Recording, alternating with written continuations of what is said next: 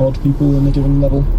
So a lot, but not like insane. And so when something like a zombie outbreak happens, that's in anything that's trying to simulate a whole city, that's just a disaster level event. It's just kind of unrecoverable. The whole game would be over, and it would be able to simulate it. But because it's just like a few buildings, like they can just all be taken over by zombies, and then you just go to the next level. And that's not true. Man, so it's still in early access, is that right? Yeah. How long has it been in early access? A long time. Right. I feel like at least 2 years. Yeah, because I remember seeing something of it, like, as you say, years ago. I was just wondering, what was it called? Streets of Rage. Play on Streets of Rage. Not as good a play on Streets of Rage as John's game, Streets of Mage. That was a jam, you can get away with anything.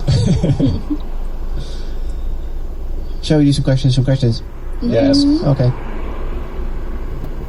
First up, Josh writes, Dear Crates of Loot, it seems like loot box mechanics are coming under legal scrutiny in more countries. At the same time that Gwent, Artifact and Magic Gathering Arena are all preparing for release.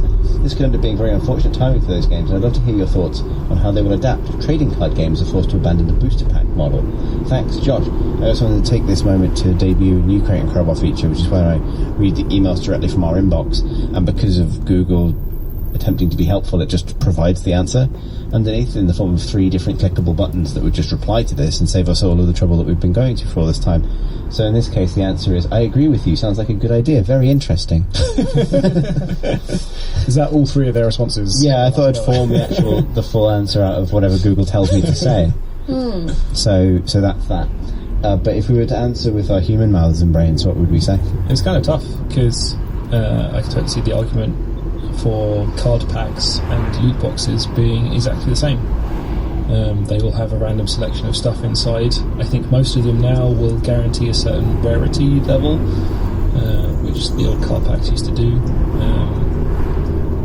Pay money and you hope you get something good, and the value inside can vary quite a lot. And that certainly sounds like gambling.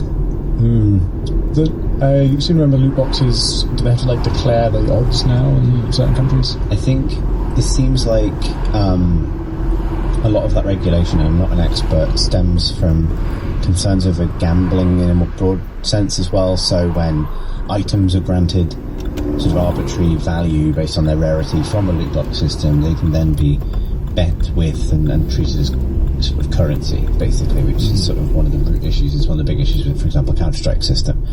So that isn't necessarily the case if there's no third-party market for those items, I suspect. But I don't know what I'm talking about. So, Artifacts, you can sell the cards on Steam trading, what's it called? Marketplace. Yeah. For, money. That's true. I think Valve's argument has always been that because you can't cash out on Steam, that therefore these things don't actually have